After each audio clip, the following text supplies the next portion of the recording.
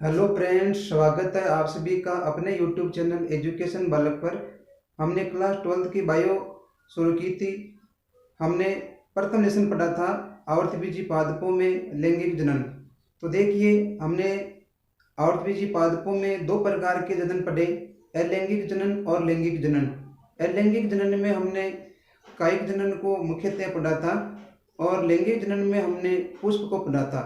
आज हम second lesson पढ़ेंगे जिसका नाम है नर एवं मादा युग्मकोद्भिद की संरचना एवं विकास। देखिए, पहले लेसन का हम कुछ रिवाइज कर लेते हैं। पुष्प एक सीमित वृद्धि करने वाला एक रूपांतरित प्रवाह होता है। रूपांतरित प्रवाह का मतलब होता है यह पत्ती से रूपांतरित होता है। पुष्प का सबसे नीचे वाला भाग है वो लंबा, पतला एवं वृंतनुमा होता है, जिसको हम पुतंतु कहते हैं। पुतंतु पुष्प को पौधे की शाखा से जोड़े रखने का कार्य करता है। पुतंतु का जो अग्र भाग है या अग्र सिरा है वो मुख्य रूप से चौड़ा होता है, जिसको हम पुष्पासन कहते हैं। पुष्पासन का अर्थ है पुष्प का आसन, यानी पुष्प है वो पुष्पासन पर लगा होता है। इसके अलावा हमने पढ़ा था बाह्य दल। सभी प्रकार के पुष्पों में बाह्य दल का रंग मुख्यतया हरा होता है। बाह्य दलों के अंदर की ओर दल पाया जाता है। अलग अलग पुष्पों में अलग अलग प्रकार के दल पाए जाते हैं। यह दल मुख्य रूप से लाल रंग के, नारंगी रंग के, यानी अलग अलग पुष्पों में ये अलग अलग प्रकार के होते हैं। इसके अलावा हमने पढ़ा था कि पुष्पों में दो प्रकार के जननांग पाए जाते हैं। पुष्प का जो नर जननांग है जिसको हम पुंकेसर कहते हैं, और मादा जो जननांग है जिसको हम जायांग या स्त्री केसर कहते हैं। पुंकेसर है, इसके मुख्य रूप से तीन भाग होते हैं, परागकोश, पुतंतु और योजी। देखिए, ये जो पुतंतु है यह एक लंबा वृंतनुमा भाग होता है। इसके शीर्ष पर परागकोश पाया जाता है। परागकोश एक द्विपालित संरचना होती है जिसमें लघु बीजाणु या परागकण का निर्माण होता है। अब देखिए, जो जायांग या स्त्री केसर होता है इसके भी तीन भाग होते हैं, वर्तिकाग्र, वर्तिका और अंडाशय। सबसे पहले बात करते हैं अपन अंडाशय की, कि स्त्री केसर का जो फुला हुआ भाग है यह अंडाशय कहलाता है। अंडाशय में अंड का निर्माण होता है, अंडाणु का निर्माण होता है, जो एक मादा युग्मक होता है। वर्तिका अंडाशय से निकलने वाला नलिकाकार भाग है, उसको हम वर्तिका कहते हैं।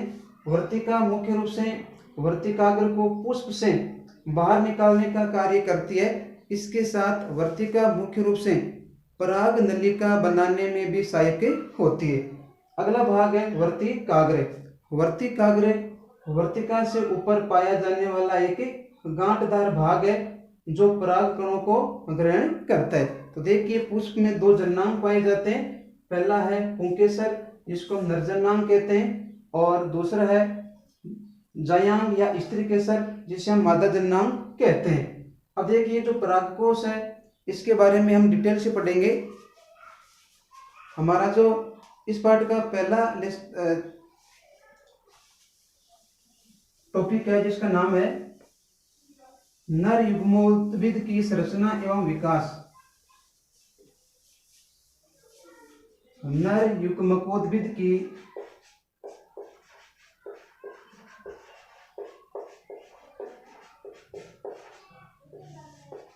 संरचना एवं विकास।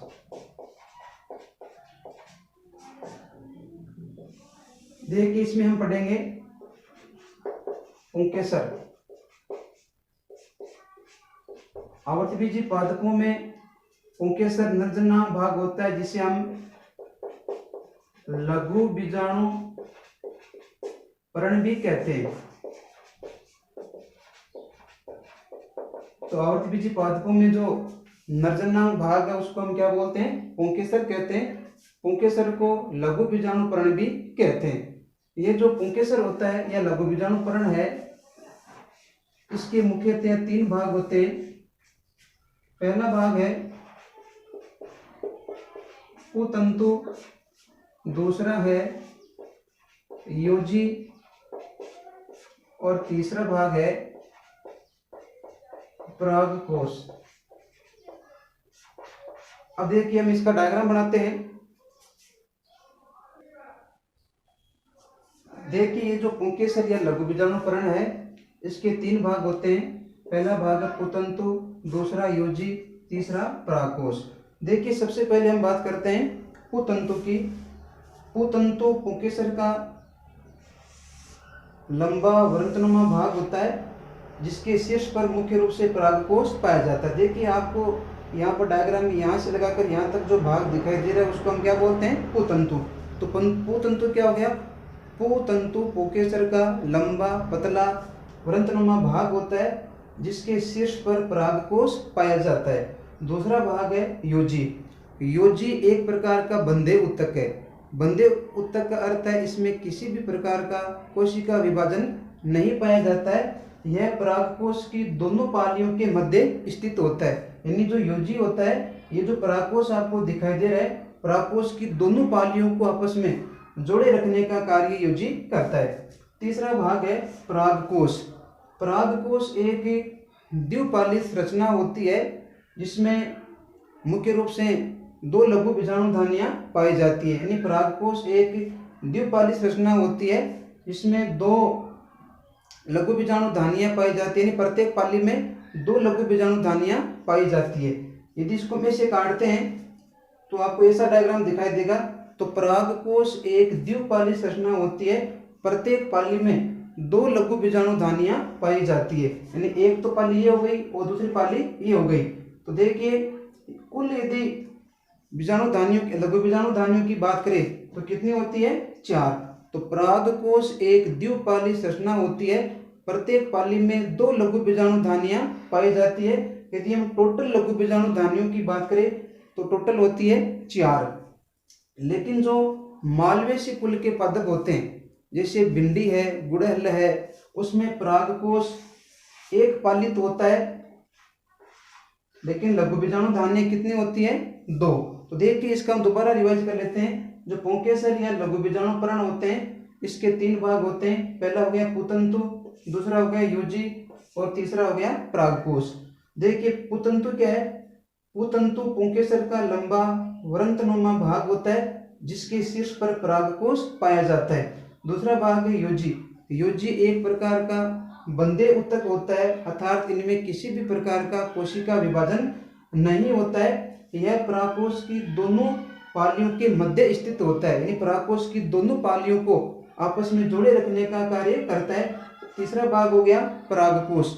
परागकोश एक द्विपालित संरचना होती है, जिसमें 2 पालियां पाई जाती है। एक पाली ये हो गई और दूसरी पाली ये हो गई। यदि इसकी हम अनुप्रस्थ काट काटते हैं तो हमें परागकोश ऐसा दिखाई देता है। तो कुल लघु बीजाणुधानियों की संख्या 4 होती है। लेकिन इसका एक अपवाद है, मालवेसी कुल के पादप है, जैसे भिंडी है, गुड़हल है, उसमें परागकोश एक पालित होता है।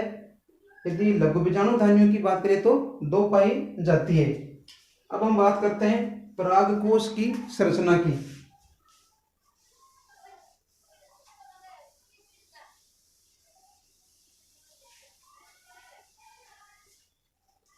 अब बात करते हैं अपन परागकोश की संरचना।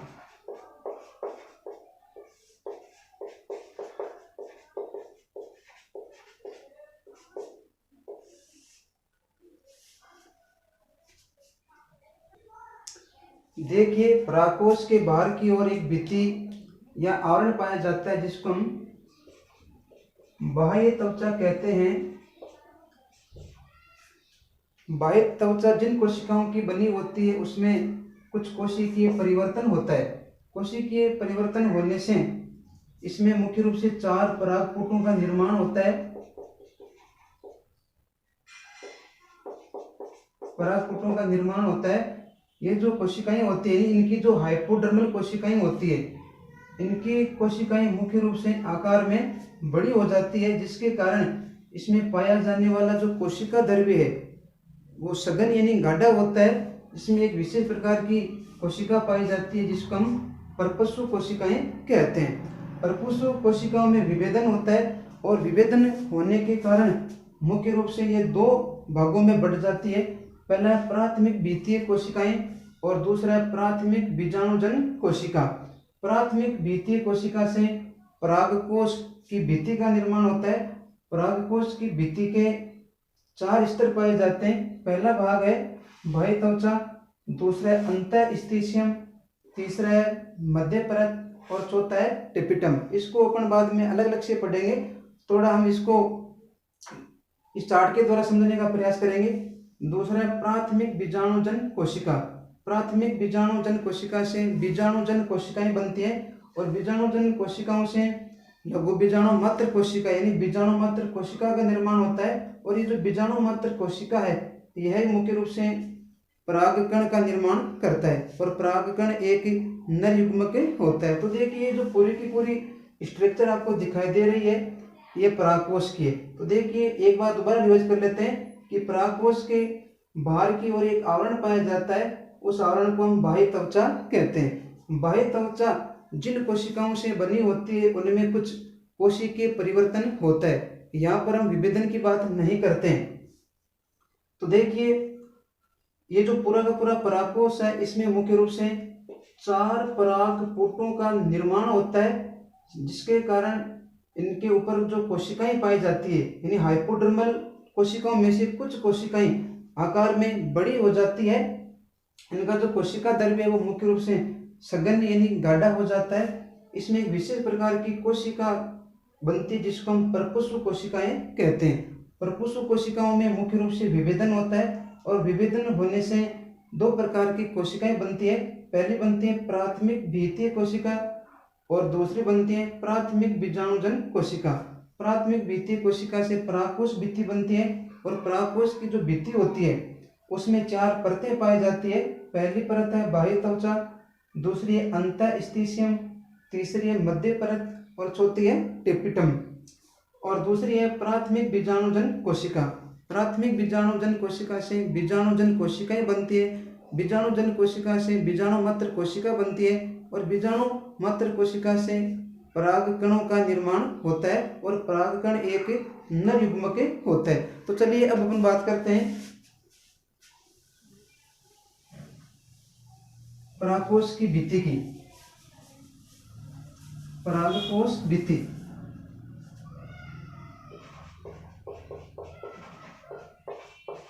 परागकोश भित्ति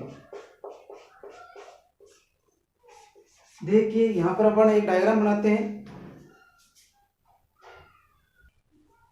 देखिए अब अपन पढ़ते हैं परागकोश भित्ति।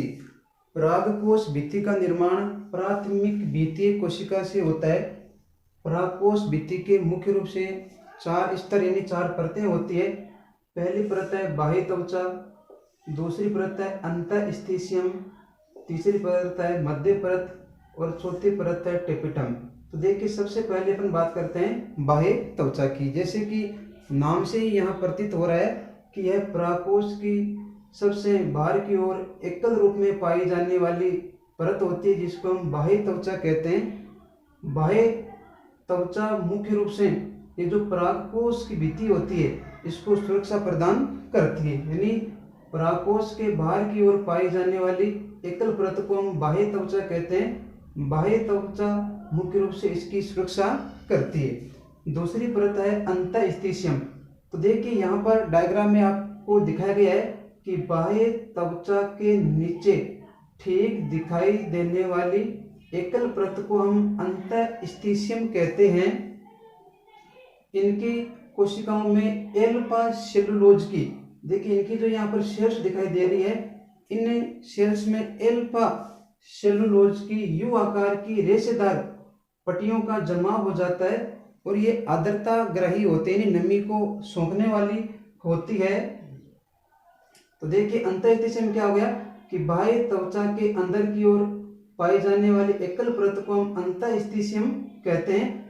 अंतःस्थितियम में एल्फा सेलुलोज की यू आकार की रेशेदार पट्टियां बन जाती है जिसके कारण ये आर्द्रता ग्राही होती है, यानी नमी को सोखने वाली होती है। लेकिन कुछ सेल्स में इन पट्टियों का जमाव नहीं होता है, उन्हें हम स्टोमियम कहते हैं। क्या बोलते हैं? स्टोमियम। स्टोमियम मुख्य रूप से परागकोश के स्फुटन में सहायता करती है। तीसरी है मध्य परत। देखिए बाह्य त्वचा और अंतःस्थिशियम यह मुख्य रूप से एकल परत के रूप में पाई जाती थी, लेकिन मध्य परत में मुख्य रूप से 1 से 3 परतें पाई जाती है। यानी परतों की संख्या 1 भी हो सकती है, 2 भी हो सकती है, 3 भी हो सकती है, और ये अल्पकालिक होती है। अल्पकालिक का मतलब होता है इनका जीवन काल कम होता है। चौथा है टेपिटम। देखिए परागकोश भित्ति के सबसे अंदर की ओर एक विशिष्ट परत पाई जाती है जिसको हम टेपिटम या कोषोतक कहते हैं। टेपिटम मुख्य रूप से बीजाणु जन उत्तक के चारों ओर पाई जाने वाली एकल परत होती है। लघु बीजाणु चतुष्क के पूर्ण विकसित होने पर यह मुख्य रूप से परिपक्व हो जाती है। टेपिटम के चारों ओर देखिए जो टेपिटम है, टेपिटम के चारों ओर वसा की कुछ परतें बन जाती है जिसे हम प्रोयूबिस्काई कहते हैं।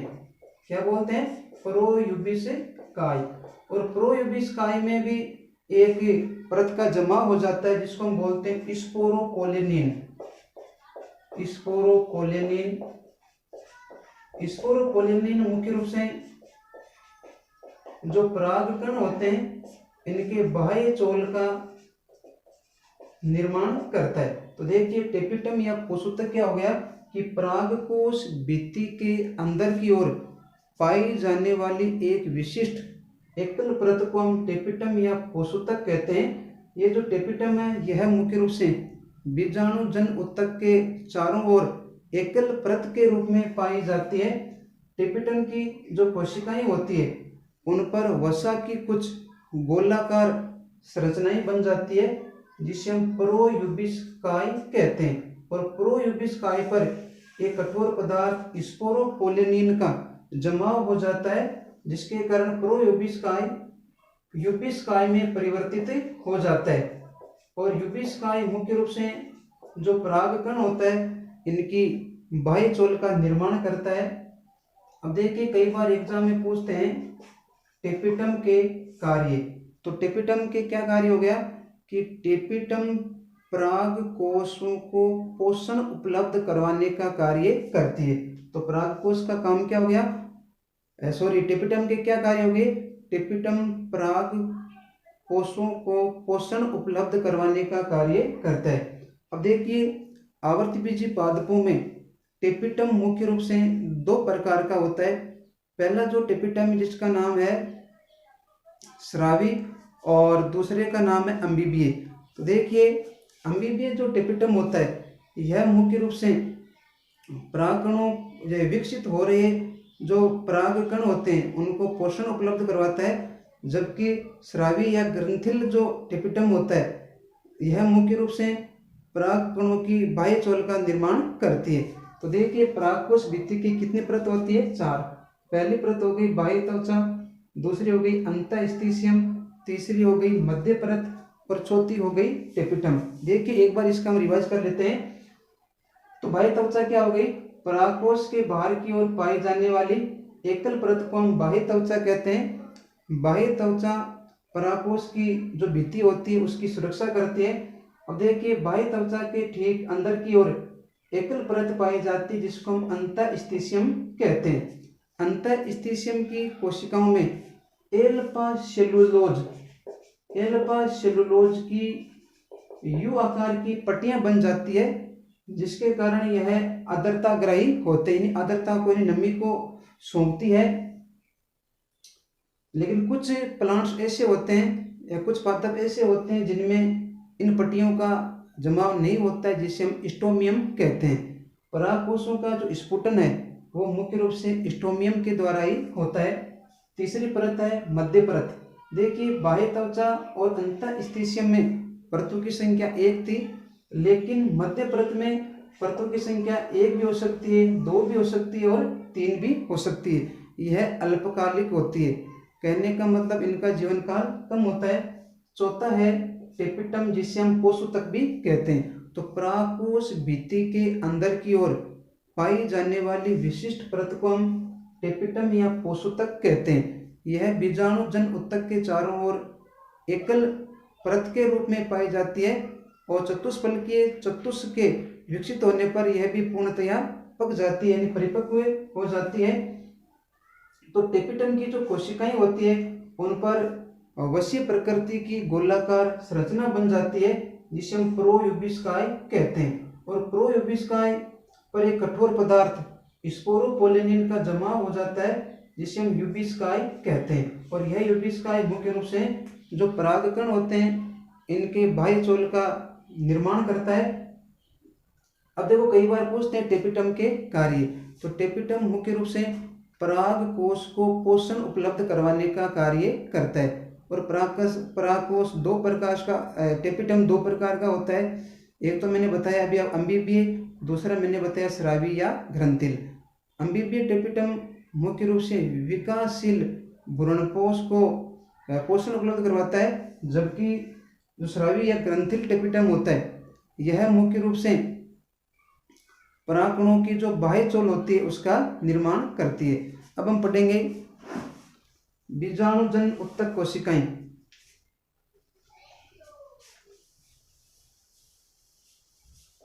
देखिए बीजाणुजन कोशिकाएं क्या होती है।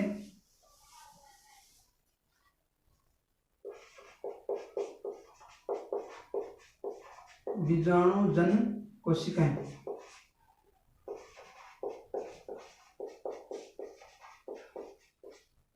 परागकोश में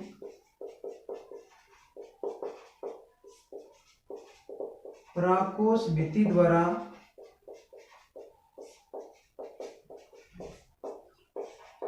आवृत कोशिकाओं का समूह है।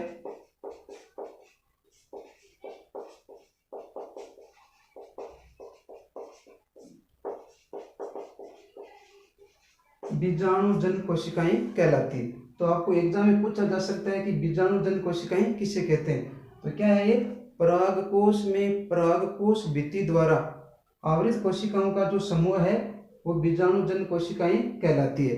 और बीजाणुजन कोशिकाओं का निर्माण प्राथमिक बीजाणुजन कोशिकाओं से होता है। और ये जो बीजाणुजन कोशिकाएं होती है इससे मुख्य रूप से लघु बीजाणु मात्र कोशिका का निर्माण होता है।